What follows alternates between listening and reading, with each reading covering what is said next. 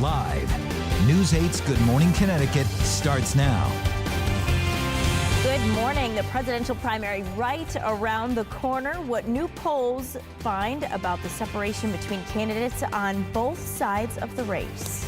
And as we look live at New Haven this morning, rain, go away. Grab your biggest umbrella before you head out this morning. You are certainly going to need it.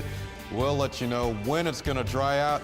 Coming your way in our 8-day forecast. Not for a bit, though. I want to also grab the raincoat and the rain boots. Coat and the umbrella. Whatever you have. All your gear, right? Yeah. Good morning, everyone. Time now is 6:30 on this Monday morning. I'm Laura Hutchinson. Good morning, Laura. Good morning, everybody. I'm Keith Koontz, the guy who's going to talk about all this great weather.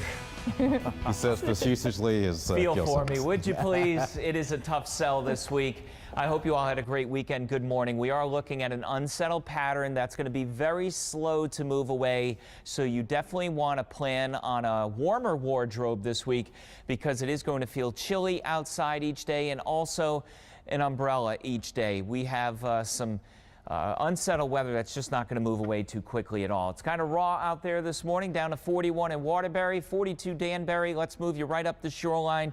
For New Haven, 43, Durham the same, Guilford 44, Dreary and Waterford at 45, Lisbon 44. That's our live look over the green where it's 43 in downtown New Haven. Rain off to the west. That is heading our way for late morning through lunchtime today.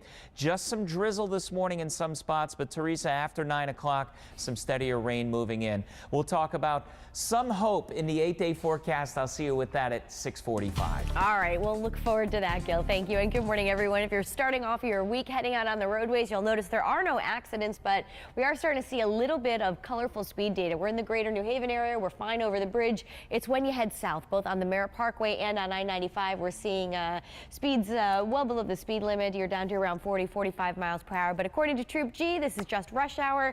They are not working any accidents. Let's take a peek here. For those of you that travel through the valley, listen up. We're doing some construction on the bridge along Route 34 starting tonight until Friday night. It is going to be closed. That's going to affect the ramps to Route 8. You definitely are going to have to plan ahead if you travel before 6 because that close is closed between 9 and 6 a.m. You're going to want to take Derby Ave to Division Street or Clifton Ave. That's going to be another alternate route for you. But again, that is starting tonight. Meanwhile, here are the roadways. The stop and go in Bridgeport we were talking about. Also here in Waterbury, you're jammed up 25A, backing up here to 23. Check the cameras at WTNH.com. Laura, over to you. Okay, thank you. In vote 2016 this morning, the Indiana primary, just one day away, Republican frontrunner Donald Trump has a double-digit lead over Senator Ted Cruz, but the race a lot closer on the Democratic side. Here's ABC's Lana Zach.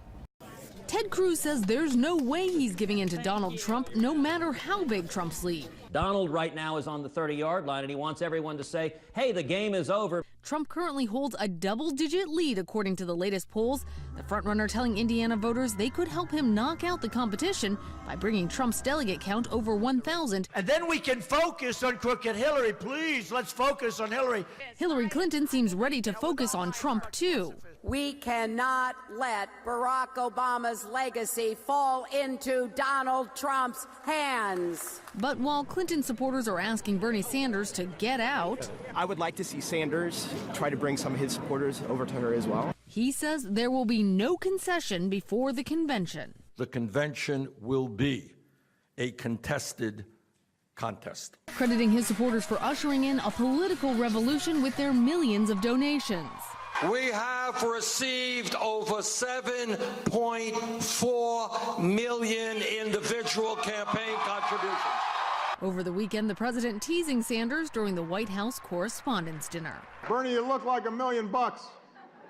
Or to put it in terms you'll understand, you look like 37,000 donations of $27 each. The president made fun of all of the candidates who would like to replace him in office, including Hillary Clinton. He said her attempts to reach out to youth voters sort of like a relative signing up for Facebook.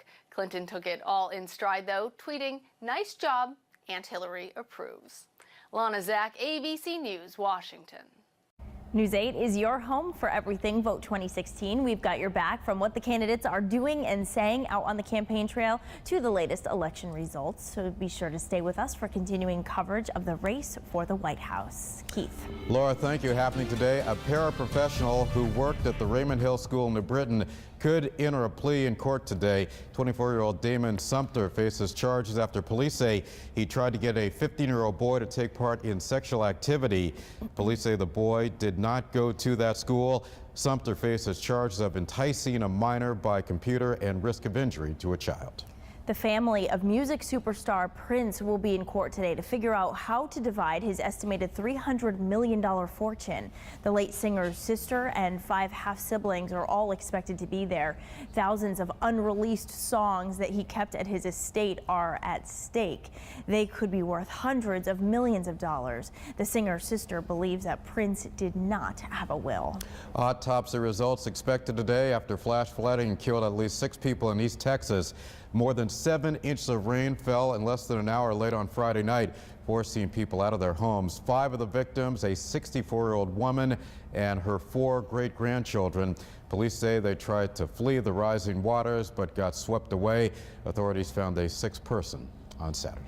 Officials say cleanup after the derailment of a freight train in Washington, D.C. could mean a messy commute in the area this morning. 14 cars on a CSX freight train derailed yesterday morning just before 7 o'clock. It's still not clear how long that cleanup might take, but CSX officials say crews are working as quickly as possible. Crews are also inspecting the tracks as there's no word yet what caused the derailment. Luckily, no one was hurt.